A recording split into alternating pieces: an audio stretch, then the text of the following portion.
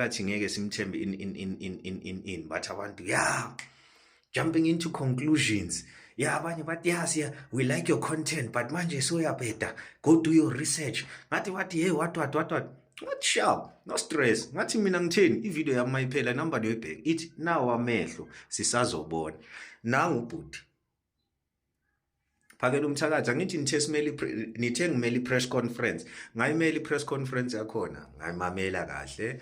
Okay, ayimamela yonke ngoba bengibusy, mara khona ama clip important engiwathathile of which aphuma endabeni. So for one clip is le engicede ukuyiposta. For instance, ukhuluma ngemeeting yakhe no President Ramaphosa.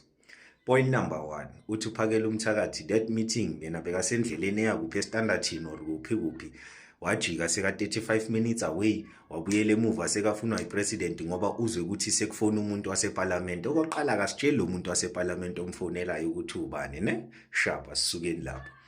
Uyabuya uthi upresident bekafuna isiqiniseko sokuthi akekho umuntu ozolimala ngelentuzana ngalelanga leli, ene bekafuna ukwazi ukuthi angeke sikhona ukulihlehlisa. Ngathi mina angeke sikhona ukulihlehlisa, ene ngamthembisa ngathi mina angeke ngize angeke kuze kulimale umuntu la ngizobe ngikhona mina.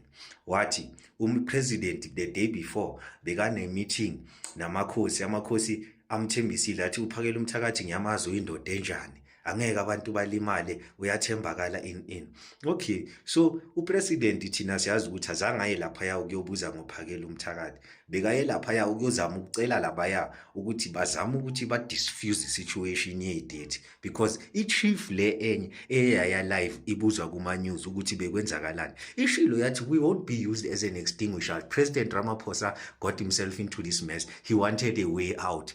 Ukubonisa ukuthi ANC bese iphenika ngelanga le-date. Right, angikho lapho. So already iyadismisseka nyana indaba yokuthi bebayobuza wena. Upresident ubiza wena uyi-1 ukuthi woza ngizowena nongizwe, woza okungukuthi i-march and march yiyo ekungukuthi leader this whole thing, because yona lensizwa what program yayo akusiyiyo amabhena wakhona ekungukuthi ahamba ngalento le. Kwaziwa ukuthi march and march on the 30th, and every time you have made an appearance, in support of march and march, not in support of insizwa what you uvele ukhuluma nge-march and march nokusupporta usisi. Futhi kukhona ivideo la usho khona ukuthi wawubona usisi umuntu wesimama wathi wena umxhasa. Ma umxhasa azange kube march and march in partnership with insizwa foundation, kube sixhasa i-march and march, sila sihlanganisa i-march and march kuze kuhambe labantu lapha.